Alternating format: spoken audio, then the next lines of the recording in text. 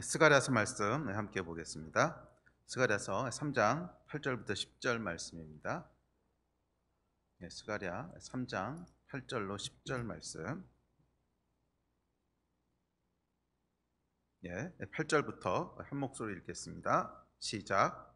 대제사장 여호수아야, 너와 내 앞에 앉은 내 동료들은 내 말을 들을 것이니라. 이들은 예표의 사람들이라. 내가 내 종 싹을 나게 하리라. 만군의 여호와가 말하노라. 내가 너 여호수아 앞에 세운 돌을 보라. 한 돌에 7 눈이 있느니라. 내가 거기에 새길 것을 새기며 이 땅의 죄악을 하루에 제거하리라. 만군의 여호와가 말하노라. 그날에 너희가 각각 포도나무와 무화과나무 아래로 서로 초대하리라 하셨느니라. 아멘. 지난주에 이어서 스가랴서 3장 말씀을 계속 살펴보려고 합니다. 스가랴서는 스가랴서 전반부는 총 8개의 환상으로 되어 있는데, 그 중에 오늘 살펴보고 있는 3장은 4번째 환상을 기록하고 있습니다. 근데 4번째, 5번째 환상의 내용은 처음 3개의 환상의 내용은 성전이 재건되면 과연 무슨 일이 벌어지는가, 예루살렘 성의 성전이 재건되면 무슨 일이 벌어지는가, 그곳에 하나님이 임재하신다는 것입니다. 성전 재건은 건물에 대한 이야기나 조직에 대한 이야기가 아니라 하나님이 임재하시는, 하나님이 함께 하시는 것에 대한 이야기입니다. 그래서 성전을 재건할 때 그 성전 가운데 하나님께서 함께 하신다는 것입니다. 그래서 2021년은 저희 가운데 성전이 재건되는 해가 되기를 소원합니다. 성전이 재건된다고 하는 것은 우리 안에 하나님이 임하실 수 있는, 거하실 수 있을 만한 마음의 상태를 준비하고 만드는 것을 의미합니다. 개인도 그렇고 공동체도 마찬가지입니다. 그 안에 하나님이 거하시기를 기뻐하시는 그런 상태를 준비하는 것이 성전을 세우는 것입니다. 거듭난 모든 그리스도인 안에 하나님이 성령께서 거하십니다. 그러나 거하시기를 기뻐하시는가 하는 것은 다른 질문입니다. 성령께서 거듭난 자들 안에 거하시긴 하시지만 근심하시면서 거하실 수도 있고 슬퍼하시면서 거하실 수도 있습니다. 그런데 기뻐하시면서 거하시는 것, 그것이 임재라고 말씀드렸습니다. 성전을 세운다고 하는 것은 우리 안에 하나님이 거하시기를 기뻐하시는, 우리와 함께 하시기를 하나님이 즐거워하시고 기뻐하시는 그 마음의 상태를 준비하고 세워가는 것입니다. 자, 그래서 1장부터 3장까지는 성전이 재건됐을 때 무슨 일이 벌어지는가? 여호와 하나님께서 그 성에 돌아오신다는 거예요. 그래서 그곳에 거하신다는 거예요. 그리고 예루살렘 성읍을 우리 삶의 터전은 하나님으로부터 제공된다고 약속하고 있습니다.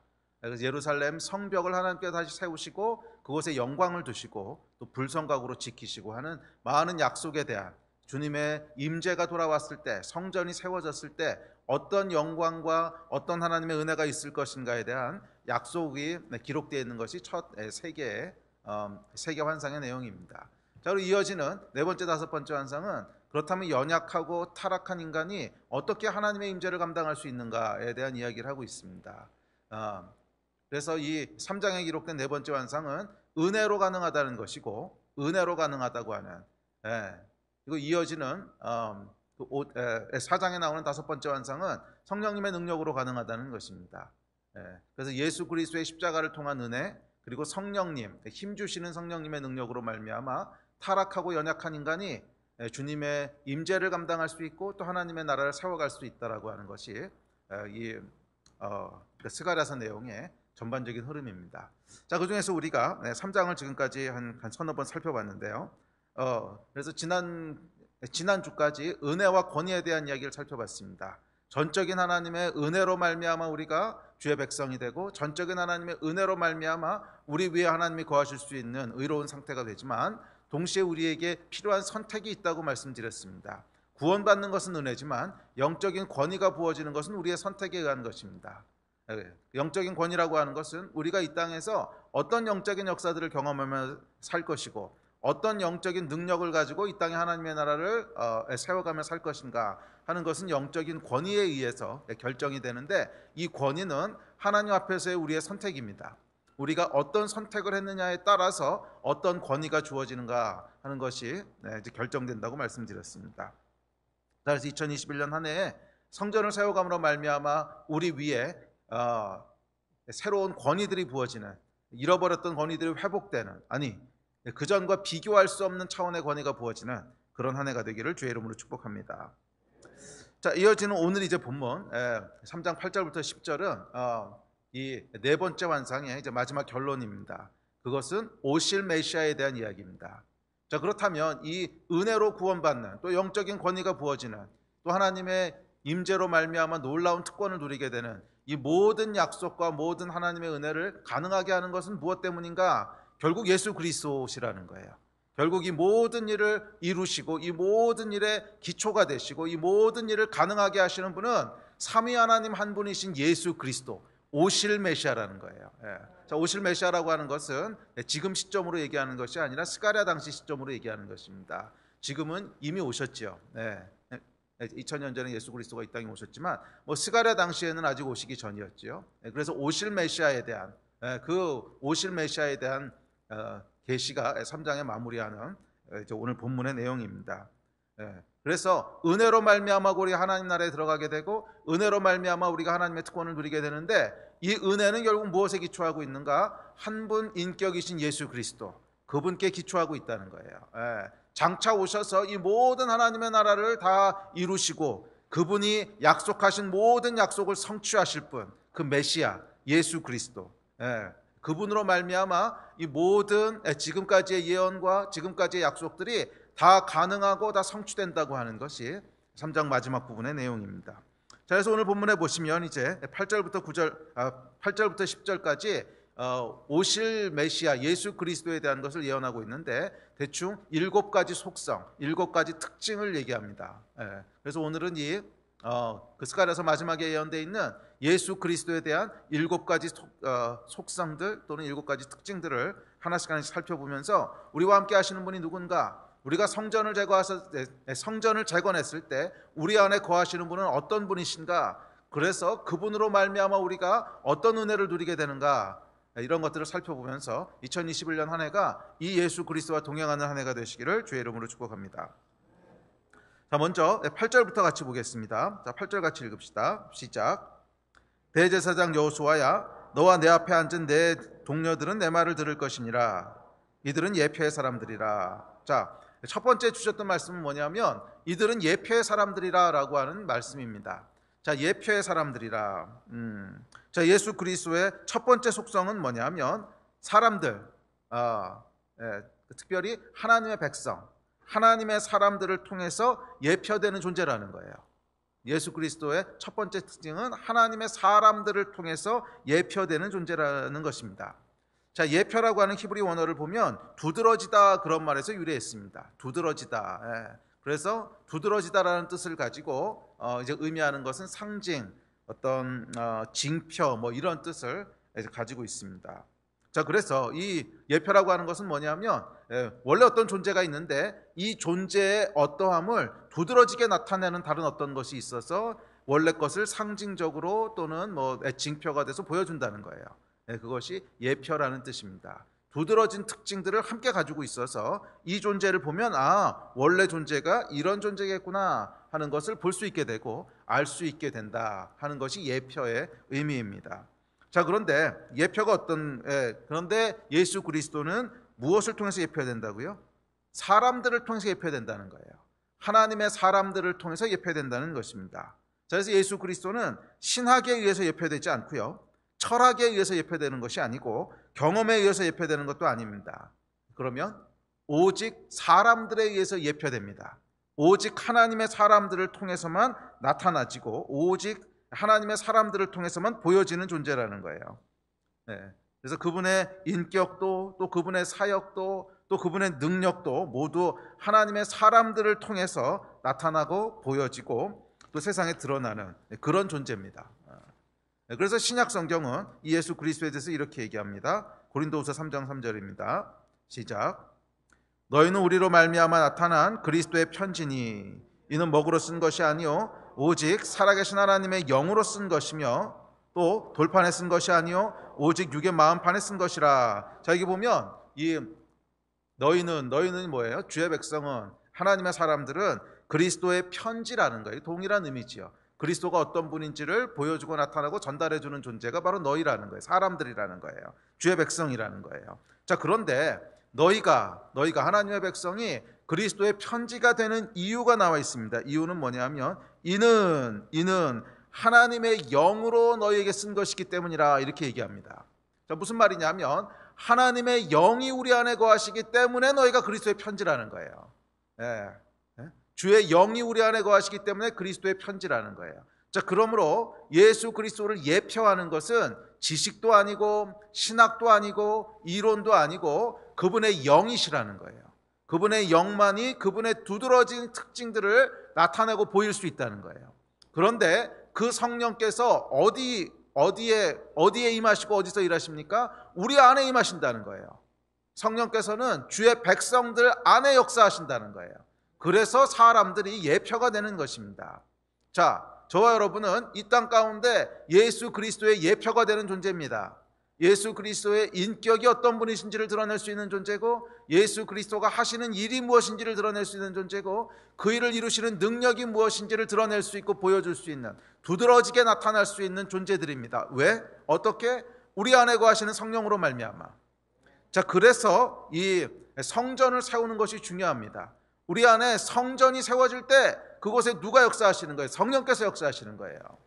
물론 모든 거듭난 그리스도의 안에는 성령께서 계시지만 그 성령께서 활발하게 역사하셔서 하나님이 어떤 분이신지를 적극적이고 활발하게 나타내는 것은 우리 안에 거하시기를 기뻐하실 때예요. 그렇죠? 우리 안에 역사하시는 것이 활발할 때예요. 그래서 성전을 재건하는 자들, 예수 그리스도를 가장 우선으로 생각하는 자들, 하나님 최우선의, 하나님 중심의 삶을 살아가는 자들을 통해서는 뭐가 나타납니까? 예수 그리스도가 이 땅에 드러나고 나타나게 되는 줄 믿습니다. 성령께서 우리 안에 계시기 때문에 그렇습니다. 그래서 단순히 예수 그리스도의 인격만을 나타내는 것이 아니라 동시에 그분의 능력도 우리를 통해서 나타나게 됩니다. 요한복음에 되면 이렇게 얘기합니다. 요한복음입니다. 시작. 내가 진실로 너희에게 이르노니 나를 믿는 자는 내가 하는 일을 그도 할 것이요 또한 그보다 큰 일도 하리니 이는 내가 아버지께로 감이라. 자, 여기 보면 이제 14장에서 이는 내가 아버지께로 감이라 라고 하는 게 무슨 뜻이냐면 내가 아버지께로 가면 보혜사 성령께서 오실 거다, 이 이야기를 뒤에 쭉 이어서 합니다. 그러니까 예수께서 가시고 보혜사 성령님이 오시기 때문에 너희가 내가 한 일을 할 것이고 내가 한 것보다 더 큰 일을 할 거라는 거예요. 예수 그리스도의 예표가 된다는 것입니다. 자, 그래서 우리 안에 성령께서 일하실 때 우리는 예수 그리스도의 인격을 나타낼 뿐만이 아니라 그분의 능력을 나타내고 하시는 일을 나타나게 되는 줄 믿습니다. 자, 그래서 재미있는 것이 뭐냐면 예수께서 제자들에게 뭐라 그러셨냐면 복음을 전하라고 말씀하셨어요. 그리고 그 말씀 이후로 지난 2000년 동안 사람을 통하지 않고 복음이 전해진 예는 한 번도 없습니다. 단 한 건도 없어요. 사람을 통하지 않고 직접적으로 하나님께서 누굴 구원하는 이런 예는 한 번도 없어요. 물론 뭐 꿈을 통해서, 환상을 통해서 아니면 혼자서 성경책을 읽다가 뭐 그렇게 이제 뭐 믿음이 생긴 사람들이 간혹 있어요. 그런데 그런 사람들도 결정적으로 거듭날 때 보면 누군가를 만나요. 누군가 하나님이 보내신 사람을 만나면서 이 성경 말씀이 무슨 말씀입니까? 그랬을 때 그 말씀을 이해하게 되고 깨닫게 되고 또 뭐 꿈과 환상을 통해서 만난 사람들도 결국 누군가를 통해서 하나님에 대한 말씀들을 듣게 되고 그것을 보게 되면서 거듭나게 되지, 사람을 통하지 않고 된 예는 한 번도 없어요. 만약 사람을 통하지 않고 됐다면 굳이 뭐 선교하라 뭐라 가겠어요. 성경책 보내면 되고 그냥 서적 보내주면 되지요. 그런 것이 도움은 될 수 있지만 결국 결정적으로는 사람을 통하지 않고는 전해지지 않습니다. 왠지 아십니까? 구원은 성령의 역사이기 때문에 그래요. 우리 안에 계신 성령께서 그 안에 역사하시고 그 안에 임하실 때 구원이 일어나는 것이기 때문에 단순히 이론이나 뭐 그런 거 가지고 안 된다는 거예요. 성령의 역사이기 때문에 성령이 그 안에 거하시는 자들을 통해서 계속 이 재생산이 일어나는 것입니다. 자, 어찌되었든지 간에 그래서 사람을 통해서 예표되는 존재라고 하는 것이 예수 그리스도의 첫 번째 특징입니다. 예수 그리스도의 첫 번째 특징입니다. 2021년 한 해 동안에 저와 여러분을 통해서 예수 그리스도가 예표되는 한 해가 되기를 주의 이름으로 축복합니다. 단순히 그분의 성품뿐만이 아니라 그분의 능력들도 함께 나타나게 되기를 주의 이름으로 축복합니다. 예수께서 행하셨던 일보다 더 놀라운 일들이 저와 여러분의 삶 가운데 계속 재현되고 나타나기를 주의 이름으로 축복합니다. 성전을 세우는 자들에게 그렇게 될 것입니다. 그것이 우리 안에 거하시는 분의 속성이기 때문에 그래요. 사람을 통해서 드러나시는 분이십니다. 자, 두 번째 특징이 있습니다. 네, 두 번째 특징은 내 종이라고 얘기합니다. 예수 그리스도는 종이시라는 거예요. 종. 네, 그래서 이것에 대해서 빌립보서는 이렇게 얘기합니다. 자, 빌립보서 같이 읽읍시다. 시작.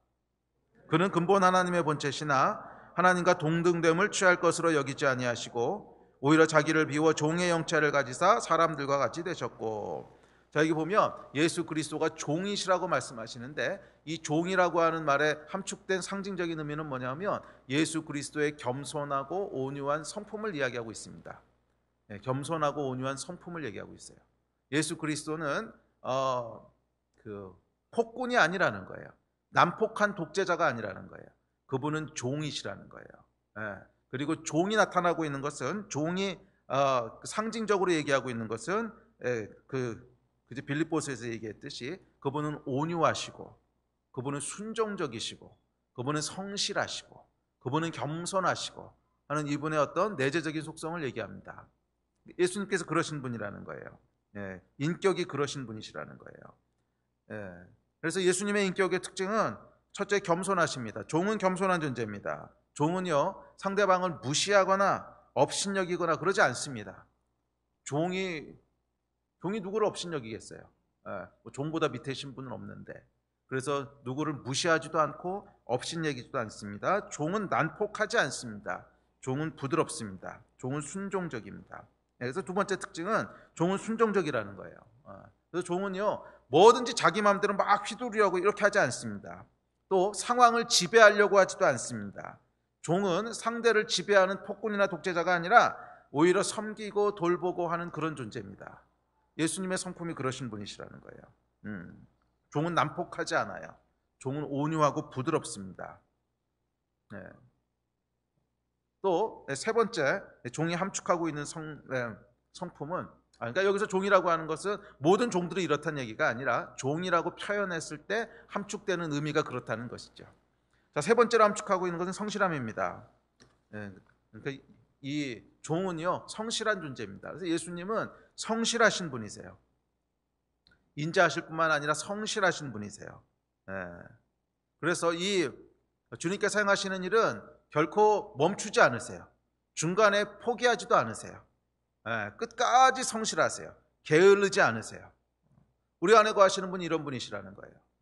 그래서 예수께서 우리 안에 거하실 때 예수께서 행하시는 일은 성실하십니다. 예수께서 행하시는 일은 중간에 멈춰지지 않습니다. 중간에 포기하지 않으시고 중간에 버리지 않으세요. 끝까지 하시는 분이시고 끝까지 성실하게 일하시는 분이시고 끝까지 우리에게 가장 좋은 것을 주시고자 애쓰시고 또 애쓰시는 분이세요. 그분이 예수님이십니다.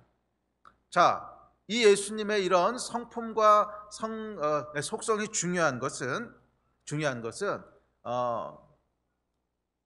여러분 그런 게 있습니다. 내가 누구와 함께 산다.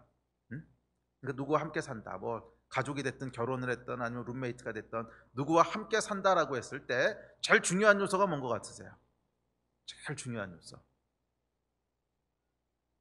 같이 일을 한다 그랬을 때는 능력이 중요할 수 있습니다. 일을 같이 하는데 뭐 조별 과제를 한다든지 뭐 아니면은 비즈니스를 같이 한다든지 그럴 때는 중요한 것이 어떤 능력이 될 수 있어요. 능력이 없으면 효율이 안 나오니까. 그렇지만 함께 산다고 했을 때 중요한 것은 성격입니다. 함께 산다고 했을 때 중요한 건 성격이에요. 그 함께 사는 사람이 어떤 성격을 가진 자냐에 따라서 그 같이 사는 사람의 행복과 재앙이 결정됩니다. 행복할 것이냐 아니면 재앙이 될 것이냐는 함께 사는 사람의 성격에서 결정되는 거예요. 함께 사는 사람의 성격이 난폭하다거나 막 이렇게 너무 주도적이어서 모든 걸 자기 마음대로 하고 싶어 한다거나 휘두르는 사람이거나 또는 폭력적이거나 또는 교만해가지고 맨날 비아냥거리는 소리 한다거나 또는 종잡을 수 없는 사람이거나 종잡을 수 없어서 뭐 오늘은 이거 했다 내일은 저거 했다가 그런 사람이거나 또는 약속을 밥 먹듯이 어기거나 또는 뭐든지 다 자기 마음대로 돼야 되는 사람이거나 그런 사람이 여러분과 함께하는 사람이면 어떨 것 같으세요? 굉장히 괴로울 겁니다. 굉장히 고통스럽고 하루하루가 벗어나고 싶은 지옥이고 재앙이죠, 재앙. 그러나 반대로 여러분과 함께 사는 사람이 겸손한 사람이고 온유한 사람이고 섬기려고 하는 사람이고, 주장하기보다는 양보하고 싶어하는 사람이고, 성실한 사람이고, 끝까지 책임지고 싶어하는 사람이고, 인자한 사람이고, 따뜻한 사람이고, 그렇다면 어떻게 하겠어요? 어떻게 했어요? 그거야말로 가장 큰 축복일 것입니다. 이 두 번째 예수 그리스도에 대한 성품이 중요한 이유는 우리와 함께 하시는 분이 이런 분이시라는 거예요. 우리가 성전을 재건했을 때 우리와 함께 하시는 분은 폭군이 아니라는 거예요. 우리와 함께 하시는 분은 교만한 분이 아니라는 거예요. 우리와 함께 하시는 분은 독재자가 아니라는 거예요. 우리와 함께 하시는 분은 겸손한 종이세요. 근본 하나님의 본체시지만 그것을 주장하지 않으시고 자기를 비우셔서 종의 영체가 되셨고 죽기까지 순종하신 분이세요. 그분이 우리와 함께 하신다는 거예요. 그래서 성전을 재건하는 자에게는 복이 있습니다. 예수 그리스도로 나의 하나님을 삼은 자에게는 복이 있습니다. 시편이 이렇게 얘기합니다. 우리 시편 같이 읽읍시다. 시작. 이러한 백성은 복이 있나니 여호와를 자기 하나님으로 삼는 백성은 복이 있도다. 이것이 여러분 성경의 선포입니다. 왜냐하면 우리 하나님은 겸손하신 분이시기 때문에 그래요. 섬기시는 분이시고 종이시기 때문에 그래요. 그래서 성전을 재건하는 자들은 복이 있습니다. 왜? 이 예수 그리스도가 우리 안에 거하시기 때문에 그래요. 이 예수 그리스도와 동행하는 인생이 되기 때문에 그래요. 예수와 동행하는 복을 누리시는 여러분 되시기를, 그런 한 해가 되시기를 축복합니다. 오늘 본문이 얘기하고 있는 예수 그리스도에 대한 세 번째 특징은 싹이라는 거예요. 싹이라고 묘사되어 있는데, 표준 세번역에 보면 새싹이라고 묘사되어 있고, 또 옛날 개역개정 성경에 보면 순이라고 되어 있기도 하고, 그러니까 번역이 여러 가지로 되어 있는데, 원어에 보면, 히브리 원어에 보면 째마흐라고 되어 있습니다. 째마흐. 근데 이 째마흐라고 하는 단어가 무슨 뜻이냐면, 우리는 이 두 단어를 혼돈해서 쓰지 않는데 히브리 사람들은 또 혼돈해서 쓰더라고요. 새싹이라는 뜻도 있고 가지라는 뜻도 있어요. 새싹, 가지. 사실 가지하고 새싹은 조금 이미지가 다르죠. 우리는 새싹 그러면 이렇게 땅에서부터 이렇게 파릇 올라오는 이런 거고, 가지는 나무에 달려있는 좀 굵은 거고 이렇게 생각하는데, 째마흐라고 하는 단어는 그 두 가지를 다 의미합니다. 왜냐하면 가지가 처음 날 때요, 처음부터 큰 가지가 생기는 게 아니고 순이 조그맣게 나오죠. 순이 조그맣게 나옵니다. 그걸 새싹이라고 그런 거예요. 근데 물론 땅에서부터 나오는 새싹도 째마흐라고 불러요. 그런데 가지에서 또 다른 가지가, 그러니까 브랜치가 또 다른 이렇게 퍼져 나올 때 조그맣게 순이 나오지요. 그거를 이제 싹, 또 가지 뭐 이렇게 부릅니다. 자, 그래서 예레미야서에 보면 이렇게 얘기합니다. 똑같은 단어를 어떻게 썼냐면 이렇게 사용합니다. 자, 예레미야서 23장 5절입니다. 시작. 여호와의 말씀이니라, 보라 때가 이르니 내가 다윗에게 한 의로운 가지를 일으킬 것이라. 그가 왕이 되어 지혜롭게 다스리며 세상에서 정의와 공의를 행할 것이며. 자, 여기서 의로운 가지라고 했을 때 가지가 째마흐예요. 의로운 싹을 일으킬 것이다. 그래서 구약 성경에 보면 예수 그리스도를 묘사할 때 이 째마흐라고 하는 단어를 여러 번 사용합니다. 뭐 싹이라고 번역되어 있기도 하고 가지라고 번역되어 있기도 한데, 하여간 싹, 새싹 또는 순, 이 단어를 반복적으로 사용합니다. 자, 그러니까 이 째마흐라고 하는 단어가 가지고 있는 어떤 속성이 예수 그리스도의 속성하고 일치한다는 거예요. 어떤 면에서 그럴까요? 자, 뭐 가지 또는 싹이라고 하는 단어는요, 이중적인 의미가 있다고 방금 말씀드렸습니다. 이중적인 의미가 있는데 어떤 의미냐면 가지라고 번역되기도 하고 또는 싹이라고 번역되기도 해요. 자, 가지는 뭐냐면 원래 나무에서부터 이렇게 뻗어 나오는 거죠. 갑자기 뜬금없이 하늘에서 떨어지는 것이 아니라 원래 가지고 있던 뭔가가 있습니다. 뭔가 가지가 있고 뭔가 나무가 있고 뿌리가 있고, 그런데 거기로부터 가지가 나오고 그 가지로부터 또 조그만 순이 나와서 거기서부터 가지가 나오고, 그래서 원래부터 있던 어떤 것으로부터 연속성을 가지고 있는 의미인데, 동시에 이 싹이라고 하는 것은 새로운 어떤 것을 상징합니다. 이전에 없던 새로운 소망, 새로운 기대, 새로운 일들이 이렇게 시작되는 것을 상징하기도 합니다. 그래서 이 싹 또는 순이라고 하는 것이 의미하는 것은 뭔가 기존에 있던 것으로부터 나온 연장선상에 있기는 한데 겉으로 보기에는 그냥 비슷해 보이는데 전혀 새로운 어떤 것, 뭐 이런 뜻을 가지고 있습니다. 그래서 예수님이 하신 일을 그 신약 성경에 있는 일들을 보면 정확히 이런 일을 하셨어요. 다윗의 자손으로 오셨어요. 갑자기 아웃 오브 나띵에서 하늘에서 뚝 떨어지신 분이 아니라 다윗의 자손으로 오셨고, 또 유대교의 일부로 시작을 하셨어요. 유대교의 랍비로 시작을 하셨어요. 그렇지만 그분이 행하셨던 일은 단순히 다윗의 자손과는 전혀 다른 하늘에 속한 하나님이셨고, 또 그분이 행하신 일을 보면 유대교와는 전혀 다른 새로운 복음이었고, 그러니까 이게 예수님의 특징이시라는 거예요. 뭔가 연속적인 데서부터 나오는 것 같기는 한데 기존 질서 안에서 그냥 나온 거예요. 기존 질서 안에 있던 어떤 거예요. 뭐 그것이 처음에 있던 것이 나무였는데 갑자기 강철이 나오고 이런 거 아니잖아요. 그냥 나무에서부터 나무가 나온 건데 그 속성은 또 전혀 다른, 그게 예수님이 가지고 있는 어떤 속성이라는 거예요. 그리고 이 예수님의 속성은 오늘날 우리 가운데도 동일하게 적용이 됩니다. 우리가 성전을 재건했을 때 우리 안에 거하시는 예수님은 어떤 분이신가? 이런 예수님이시라는 거예요. 우리 안에 거하신 예수님은 이런 예수님이시라는 거예요. 그래서 예수께서, 성령께서 우리 삶 속에 임하실 때 우리 안에 무슨 일이 벌어지는가? 우리 안에 여러분 새로운 일이 벌어진다는 거예요. 새 일들이 행해진다는 거예요. 그러나 그 일은 겉으로 보여지는 모습이 완전히 달라진다, 이런 뜻은 아니에요. 뭐 새 일을 행하신다고 해서 우리가 교회 다니는 걸 안 다니게 된다든지, 기독교가 아니라 뭐 다른 종교를 믿는다든지 이런 건 아니에요. 여전히 우리는 주일마다 나서 예배 드릴 것이고, 여전히 우리는 셀 모임에 가서 모임을 가질 것이고, 뭐 여전히 우리는 아침마다 기도하고 말씀 보고, 뭐 그냥 우리의 겉으로 드러나는 모습은 그냥 똑같을 수 있어요. 연장성산이 있을 수 있어요. 그러나 그 안에 행해지는 내용들을 보면 전혀 다른 새로운 일들이 행해진다는 거예요. 전혀 다른 새로운 일들이 행해진다는 거예요. 그래서 여러분, 거듭나는 것도 똑같지 않습니까? 우리 안에 이 예수 그리스도, 싹이시고 순이신 성령께서 우리 안에 들어오실 때 우리를 뭐라 그랬어요? 그런즉 너희는 새로운 피조물이라 그랬어요. 이전과는 전혀 다른 피조물이라는 거예요. 그런데 그렇다고 해서 우리가 겉으로 입고 있는 인간의 몸뚱이가 전혀 다른 존재가 된 게 아니죠. 똑같이 우리 살이 있고 피가 있고 뭐 DNA가 있고 뭐 이런 존재예요. 여전히 우리는 그냥 옛 질서에서부터 옛 질서의 연장선상에 있는 그냥 인간이에요. 그럼에도 불구하고 우리는 영적으로 전혀 새로운 존재가 되었듯이 예수께서 행하시는 일의 특징이고 속성입니다.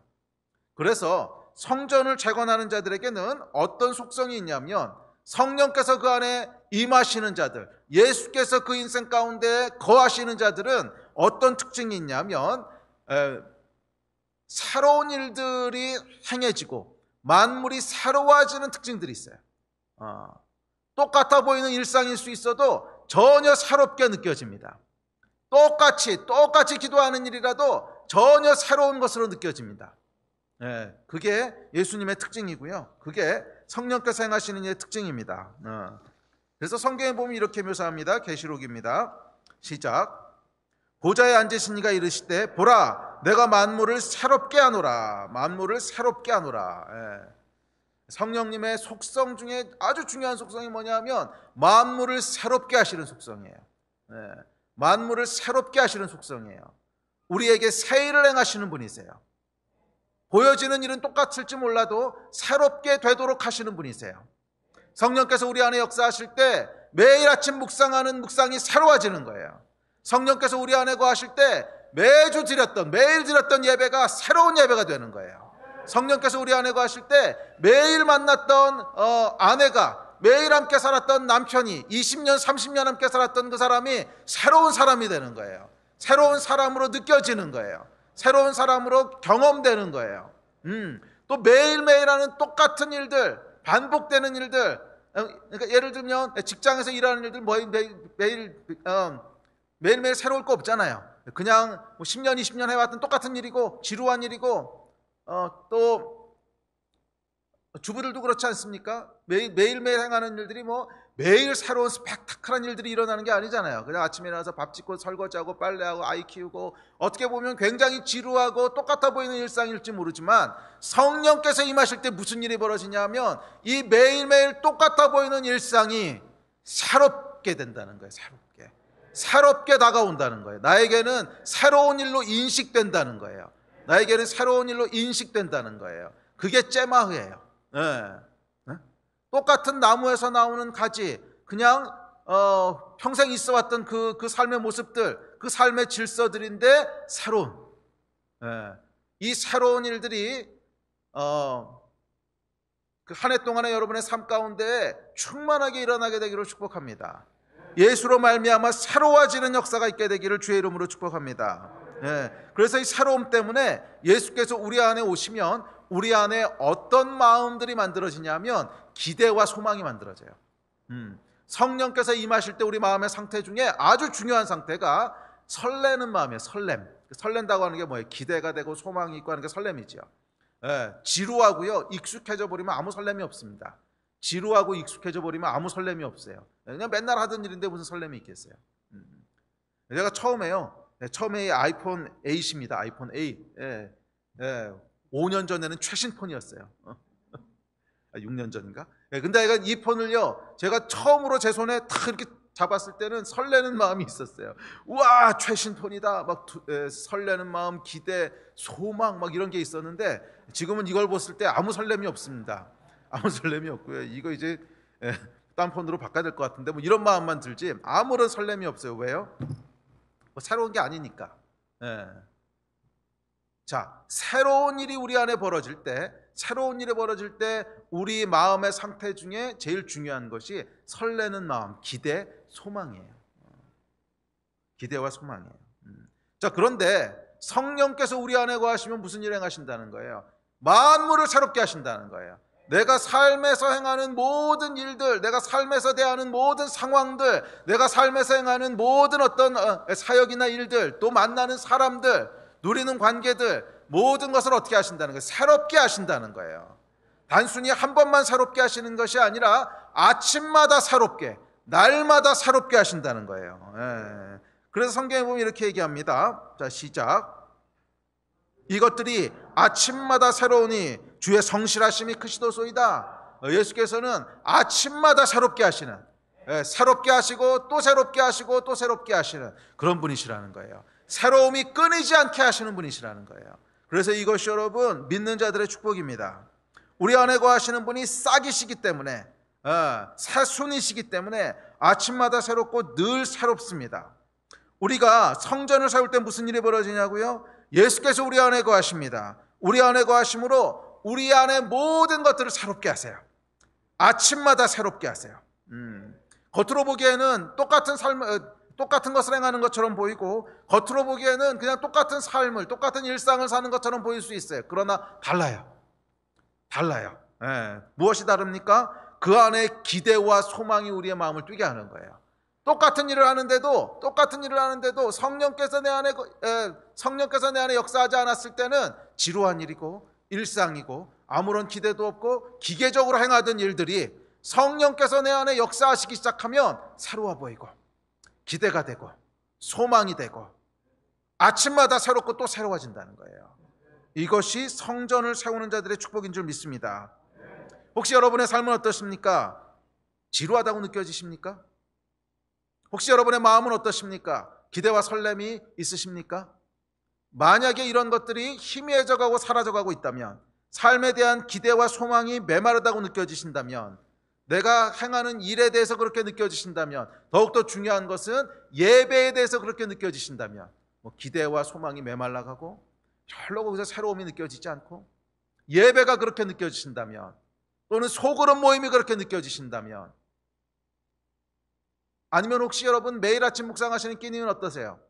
매일 아침 묵상하시는 말씀에는 새로움이 있고 기대가 있습니까?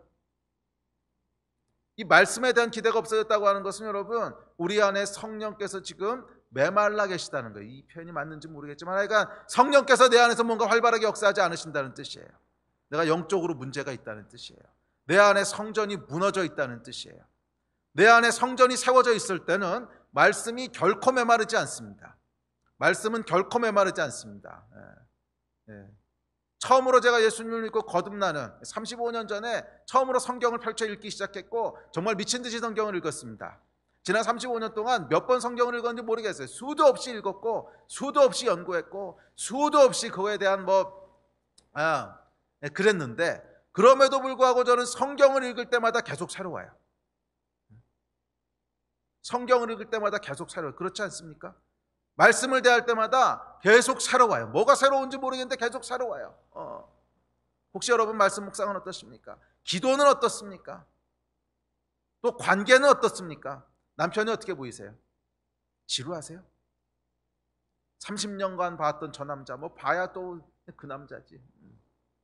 아내는 어떻게 보이세요? 아내도 지루하십니까? 익숙하십니까? 처음 만났을 때 안 그랬잖아요. 처음 만났을 때 안 그랬잖아요. 설레는 마음이 있었잖아요. 기대도 있고 설레는 마음도 있고. 관계들은 어떠세요? 이 모든 게 여러분 어디서부터 기인하는 줄 아십니까? 성령님으로부터 기인하는 거예요. 우리 안에 새롭게 하시는 분이 있지 않기 때문에, 우리 안에 새롭게 하시는 분의 역사가 있지 않기 때문에, 뭐 거하시긴 거하시겠죠. 그러나 새롭게 하시는 분의 역사가 우리 삶에 경험되어지지 않을 때 우리는 삶의 흥미와 기대와 소망을 잃어버리게 됩니다. 예배에 있어서도 관계에 있어서도 부부관계에 있어서도 다 희미해져가고 지루해져가고 무미건조해지는 거예요. 혹시 여러분의 삶 가운데 이런 지루함과 무미건조함이 있다면 그것은 영적인 문제입니다. 그것은 영적인 문제예요. 환경의 문제가 아니에요.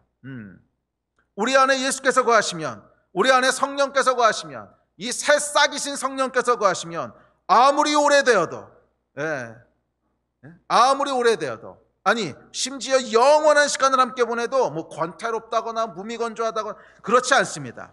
아침마다 새롭고요, 일어날 때마다 새롭고, 매일매일 새로운 기대가 올라오고, 매일매일 새로운 소망이 역사하고, 매일매일 새로운 설렘이 있고, 매일매일 새로운 떨림이 있고, 이게 성령님의 역사예요. 이제 그전에 제가 한번 얘기했지만, 그래서 여러분 이 성령님의 속성이 없다면 천국은 지옥이 되는 겁니다. 영원한 시간을 그 똑같은 거 하면서 어떻게 버티겠어요? 그래서 육으로 사는 사람들이 던지는 우문이 있습니다. 성경에서 맨날 할렐루야 할렐루야 이렇게 예배만 하고 영원히 있다는데 그거 너무 지루하지 않겠어요?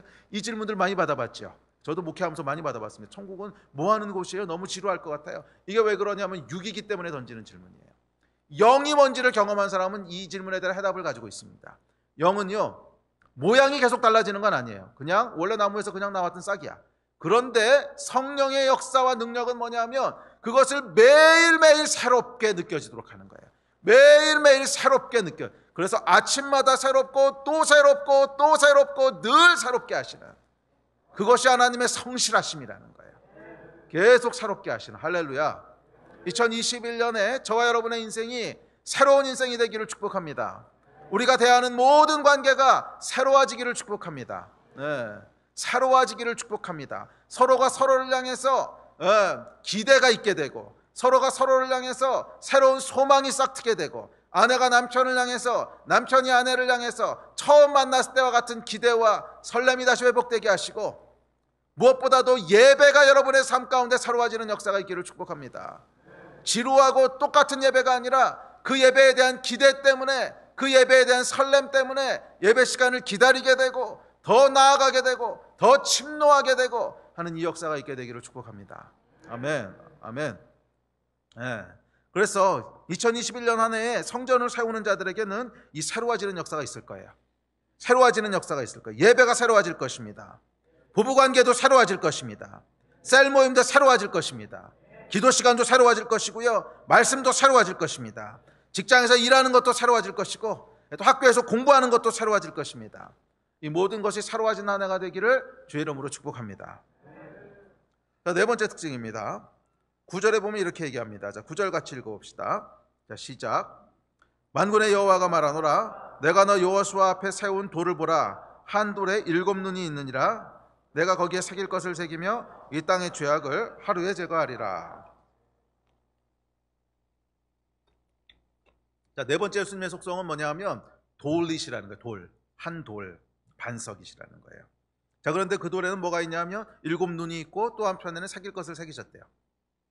자, 7눈이라고 하는 것은 뭐냐면 지혜를 상징합니다. 또는 전지하심을 상징합니다. 새길 것을 새겼다고 하는 것은 뭐냐면 하나님의 법을 상징합니다. 그렇죠? 새길 수 있는 하나님의 법과 질서를 상징합니다. 자, 예수님은 어떤 분이시냐면 기초가 되시는 분이시라는 거예요. 반석이 되시는 분이시라는, 흔들리지 않는 반석, 깨지지 않는 이제 기초가 되시는 분이 예수님이시라는 거예요. 그런데 그 기초는 뭐냐면 지혜, 모든 것을 알고 계시는 지혜, 동시에 하나님의 법과 질서, 그것이 기초가 된다는 거예요. 그래서 그 안에 예수 그리스도를 모신 자, 성전을 재건함으로 그 안에 예수의 영이 거하는 자는 이 반석 위에 서 있는 인생이 된다는 거예요. 반석 위에 서 있는 인생이 된다는 거예요. 아멘. 올 한 해가 여러분의 집이 반석 위에 세워진 집이 되기를 축복합니다. 기초 없이 모래 위에 세워진 집이 아니라 튼튼한 반석 위에 세워진 집이 되기를 축복합니다. 그런데 그 반석의 구체적인 의미는 하나님의 질서와 하나님의 지혜라고 얘기했습니다. 변치 않는 질서, 또 변치 않는 하나님의 지혜십니다. 그래서 시편 기자는 이렇게 얘기합니다. 우리 시편 같이 몇 구절 읽어봅시다. 시작. 주는 나의 반석과 산성이시니 그러므로 주의 이름을 생각하셔서 나를 인도하시고 지도하소서. 나를 기가 막힐 웅덩이와 수렁에서 끌어올리시고 내 발을 반석 위에 두사 내 걸음을 견고하게 하셨나이다. 자, 시편 기자가 뭐라고 노래하냐면 반석이시라는 거예요. 나의 하나님은 반석이시라는 거예요. 나와 함께 하시는 반석이신데 어떤 반석이시냐면 나를 인도하시고 지도하시는 분, 모든 것을 아시고 계신 지혜로운 분, 7 눈을 가지신 분이시라는 거예요. 그래서 반석이시라는 거예요. 내 인생이 어디로 가야 될지를 아시고 내 인생이 어디로 가면 안 되는지를 아시는 완전한 지혜를 가지고 나를 인도하시는 분, 그분이 나의 반석이시라는 거예요. 그분이 나의 인생의 기초시라는 거예요. 이 지혜. 삶을 살다 보면 여러분 정말 기가 막힌 웅덩이와 수렁들이 질비합니다. 기가 막힌 웅덩이와 수렁들이 질비해요. 살다 보면 여러분 기가 막힌 순간이 있지 않습니까? 이게 도대체 뭐냐? 그것들이 있다는 거예요. 그런데 우리의 반석이신 분 어떤 분이시냐면 완전한 지혜를 가지고 기가 막힌 웅덩이와 수렁에서 나를 끌어내시고 내 발을 반석 위에 두사 내 걸음을 견고케 하시는 분이세요. 내가 걸어가는 길을 넘어지지 않게 하시고 내가 걸어가는 길을 꺼지지 않게 하시고 견고하게 하시는 분이세요. 내 발을 반석 위에 두셔서 걸쳐 넘어지거나 빠지지 않게 하시고 견고하게 걸어가게 하시는 분, 내가 어디로 가야 될지를 정확하게 하시고 인도하시는 분, 주는 나의 반석이시니 주는 나의 산성이시니 이분이 우리 예수님이시라는 거예요. 이분이 우리 예수님이시라는 거예요. 그래서 여러분 뭐 인생에는 여러 가지 함정들이 있고 또 여러 가지 웅덩이들이 있지만 예수의 법을 밟고 가는 자는 그 걸음이 견고할 것입니다. 예수께서는 길이요 진리요 생명이시기 때문에 그래요. 예수의 길을 걸어가는 자는 반석 위를 걸어가는 것처럼 견고할 거예요. 할렐루야. 또 시편 기자가 이렇게 얘기합니다. 자, 시작. 오직 그만이 나의 반석이시요 나의 구원이시요 나의 요새이시니 내가 흔들리지 아니하리로다. 여호와는 나의 요새이시요 나의 하나님은 내가 피할 반석이시라. 또한 예수께서는 어떤 분이시냐면 환난 날에 피할 반석이시고 위기의 때 구원하실 요새이십니다. 환난 날에 피할 반석이시고 위기 때 구원하실 요새세요. 그분은 흔들리지 않으세요. 그분은 언제나 그곳에 계세요. 그래서 환난을 맞이하고 위기를 맞이할 때 우리가 돌아가야 될 곳이 있어요. 언제나 그곳에 바위처럼 한결같이 계시는 분, 예수 그리스도께 피하는 거예요. 예수 그리스도의 법 안으로 돌아가는 거예요. 예수 그리스도의 질서 안으로 돌아가는 거예요. 그분의 인자하심 안으로 돌아가는 거예요. 그분께 피하는 거예요. 그곳은 안전한 곳이고 그곳은 구원의 요새입니다. 자, 그렇기 때문에 예수 그리스도로 그 인생의 반성을 삼은 자에게는 즐거움이 있습니다. 시편에서 이렇게 얘기합니다. 시작. 오라 우리가 여호와께 노래하며 우리의 구원의 반석을 향하여 즐거이 외치자. 할렐루야. 2021년 이 시편의 고백이 여러분의 것이 되시기를 축복합니다. 예수 그리스도로 반석을 삼은 자가 되시기를 축복합니다. 자, 다음 5번째 특징입니다. 우리 3장 9절 후반부에서 이렇게 기록합니다. 시작. 이 땅의 죄악을 하루에 제거하시리라. 예수님은 어떤 분이시냐면 이 땅의 죄악을 제거하신 분이신데 하루에 제거하신 분이세요. 야, 여러분, 십자가에 대해서 이렇게 정확하게 묘사한 것을 찾아볼 수 있을까요? 우리의 죄악을 하루 만에 제거하신, 순식간에 제거하신 이런 뜻이지요. 하루 만에라고 하는 건 24시간의 뜻이 아니라 순식간에 제거하신 이런 뜻이에요. 예수님의 십자가에 대해서 이렇게 정확한 묘사 없어요. 정말 우리의 죄를 하루 만에 제거하신 분이십니다. 타락하고 소망 없고 무기력한 인간이 어떻게 하나님의 임재와 은혜를 누릴 수 있습니까? 우리 죄를 하루 만에 제거하시는 분 때문에 그래요. 우리의 죄를 하루 만에 제거하시는 은혜 때문에 그렇습니다. 자, 더욱 놀라운 것은 뭐냐 하면 이 죄를요 하루 만에 제거하셨다는 거예요. 모든 인류의 죄를 하루 만에 제거하셨습니다. 여러분, 죄를 제거하는 것이 얼마나 힘든 일인가 상상해 보셨습니까? 작은 죄 하나라도 그 죄를 제거하는 것이 얼마나 힘든 일인가 생각해 보세요. 예를 들어서 여러분이 거짓말을 하나 하셨다고 생각해 보십시오. 그 문제 하나를 해결한다고 생각해 보세요. 얼마나 힘든 일인지. 최근에도 여러분 지난주에도 대법원장이 무슨 거짓말했다고 해서 난리가 나지 않았습니까? 이거 지금 해결이 됩니까? 안 되잖아요. 예, 딱 한마디 거짓말한 건데 그 거짓말한 게 해결이 안 되잖아요. 예, 해결이 안 되잖아요.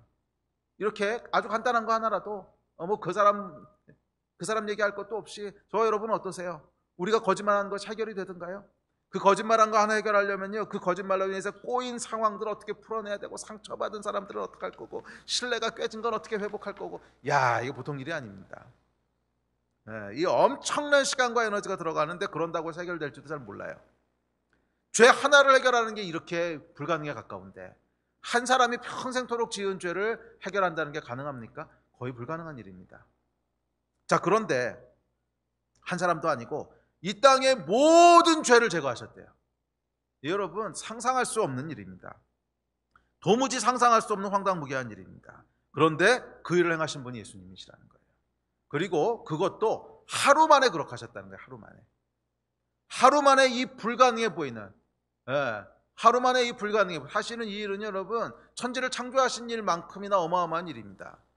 천지를 창조하신 것만큼이나 위대하고 천지를 창조하신 것만큼이나 사실은 불가능해 보이는 그런 일이죠. 근데 이 일을 여러분 하루 만에 하셨다는 거예요. 자, 이것이 여러분 예수께서 행하시는 일입니다. 사람의 일은 여러분 하루 만에 바뀌지 않습니다. 모든 사람이 행하는 이 땅의 일들은 관성이라는 게 있어요. 관성의 법칙이 있어서 하루 만에 바뀌지 않습니다. 웬만해선 바뀌지 않아요. 관성이라고 하는 건 이로 흘러가던 것이 있으면 그냥 계속 글로 간다는 것이지 웬만해선 바뀌지 않아요. 이것이 뭐 물리적으로만 그런 것이 아니라 사회적으로도 그렇고 개인적으로도 그렇고 우리 성향도 그렇고 성품도 그렇고 모든 것들이 관성이 있기 때문에 하루아침에 바뀌지 않아요. 웬만하면 바뀌지 않고 바뀌더라도 천천히 바뀝니다. 그런데 예수께서는 어떻게 하신다는 거예요? 하루 만에 바꾸시는 분이시라는 거예요. 순식간에 바꾸시는 분이시라는 거예요. 자, 예수님의 다섯 번째 특징은 뭐냐면 오늘 묘사한 다섯 번째 특징은 하루 만에 순식간에 바꾸시는 분이시라는 거예요. 예수께서는 여러분 이 땅의 죄악도 하루 만에 제거하셨어요. 그런 분이 뭔들 못하시겠어요? 이 땅의 죄악이라고 하는 불가능해 보이는 이 어마어마한 일도 하루 만에 행하신 분이 뭔들 못하시겠습니까? 그래서 예수께서 그 인생에 거하시는 분들은 하루 만에 일어나는 기적과 변화를 보게 될 것입니다. 예수께서 우리 인생에 거하실 때는 어제까지만 해도 전혀 가능성 없어 보이는 것들이 오늘 순식간에 이루어질 것입니다. 어제까지는 고통과 슬픔이던 것이 오늘 하루 만에 기쁨과 감사로 바뀔 것입니다. 어제까지는 다 끝났다고 생각했던 불가능한 일이 오늘 역전될 것입니다. 이게 여러분 예수께서 거하시는 인생이에요. 2021년 예수를 그 중심에 모신 자, 성전을 재건하는 자는 하루 만에 이루어지는 반전이 있을 것입니다. 아멘. 불가능해 보이는 일이 하루 만에 가능해질 것입니다. 슬픔과 고통이 하루 만에 기쁨과 감사가 될 것입니다. 완전히 끝났다고 생각했던 절망이 하루 만에 소망으로 바뀔 것입니다. 왜냐하면 우리 안에 거하시는 분이 그런 분이시기 때문에 그래요. 아멘. 아멘. 우리 예배팀 나오십시오. 자, 여섯 번째 특징이 있습니다. 10절에 보면 이렇게 얘기합니다. 우리 10절 같이 읽을까요? 시작. 만군의 여호와가 말하노라 그날에 너희가 각각 포도나무와 무화과나무 아래로 서로 초대하리라 하셨느니라. 여섯 번째, 일곱 번째는 짧게 넘어갈 텐데, 자, 포도나무와 무화과나무라고 얘기했는데 유대인들에게 포도나무와 무화과나무는 기쁨과 평화를 상징합니다. 기쁨과 평화를 상징해요. 예수님의 속성은 뭐냐면 기쁨과 평화를 주시는 분이시라는 거예요. 기쁨과 평화를 주시는 분이시라는 거예요. 자, 그날에 이렇게 얘기합니다. 그날은 어떤 날입니까? 이 그날이 이제 종말론적인 그날인데, 종말론적이라고 하는 것은 뭐냐면 예수께서 오신다는 뜻이에요. 메시아가 오시는 그날에 이런 뜻입니다. 개인적으로는 우리 삶에 성령께서 임하시는 그날에, 우리 삶에 예수께서 임하시는 그날에, 즉 우리의 성전이 재건되어지는 그날에, 저와 여러분의 삶 가운데 하나님이 거하실 수 있는 상황이 만들어지는 그날에, 그래서 성령께서 우리 안에서 역사하시게 되는 그날에, 성령께서 거하시게 되는 그날에 무슨 일이 벌어진다는 거예요? 기쁨과 평강이 부어진다는 거예요. 할렐루야. 2021년 한 해가 겉으로 보기에는 많은 일들이 벌어지는 혼란스러운 때이고 많이 어려운 때이고 고통스러운 때일지 모르겠지만 그날에 성전을 준비한 자들은 이 그날을 맞이하는 날이 될 거예요. 예수께서 주시는 기쁨과 평화가 역사하는 날이 될 줄 믿습니다. 기쁨과 평화가 부어지는 날이 될 줄로 믿습니다. 그리고 마지막 7번째 뭐라고 얘기합니까? 서로 초대하리라라고 말씀하고 있습니다. 이것은 관계 회복을 의미합니다. 서로 초대하리라. 끊어졌던 관계가 다시 이어진다는 거예요. 깨졌던 관계가 다시 회복된다는 거예요. 그래서 예수께서 우리 안에 거하시면 끊어졌던 하나님과의 관계가 회복될 뿐만이 아니라 구체적이고 실질적으로 깨졌던 사람들과의 관계가 회복되게 됩니다. 단절됐던 관계가 이어지게 됩니다. 미움과 원망이 사랑과 감사로 바뀝니다. 왜냐하면 우리 안에 거하시는 분이 그런 분이시기 때문에 그래요. 저와 여러분 안에 거하시는 분이 그런 분이시기 때문에 그래요. 이제 말씀을 마무리합시다. 2021년 성전을 세우십시오. 하나님을 최우선에 두십시오.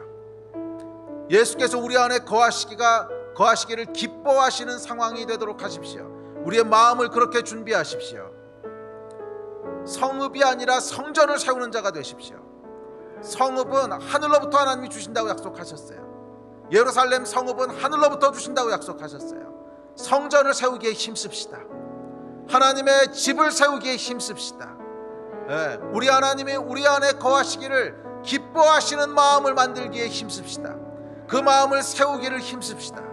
그랬을 때 오늘 약속했던 이 모든 약속들, 만물을 새롭게 하신 하나님의 은혜, 우리의 반석이 되신 하나님의 은혜, 우리를 기가 막힌 웅덩이와 또 구덩이에서 우리를 건지시는 이 하나님의 놀라운 은혜, 또 하루 만에 모든 것들을 역전시키신 하나님의 새롭게 하시는 능력, 아침마다 새롭게 하시는 이 놀라운 능력, 역전의 능력, 기쁨과 평화, 회복이 일어나는 정말 우리가 이전에 경험하지 못했던 특별한 한 해가 될 수 있어요.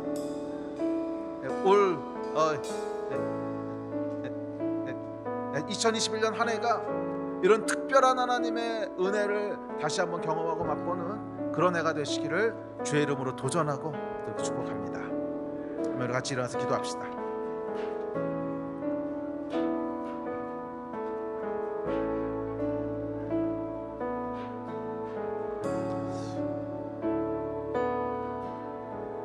예, 주님, 우리 삶 가운데 주님을 모십니다. 우리가 성전을 다시 세웁니다. 우리 안에 임하시고 거하여 주셔서 예수 안에 속한 모든 속성들이 우리 삶에 다 나타나고 경험되어진 한 해가 되게 하여 주십시오. 만물이 새로워진 한 해가 되게 하여 주십시오. 절망이 소망으로 바뀐 한 해가 되게 하여 주십시오. 반석 위에 서는 한 해가 되게 하여 주십시오. 기쁨과 평강이 있는 한 해가 되게 하여 주십시오.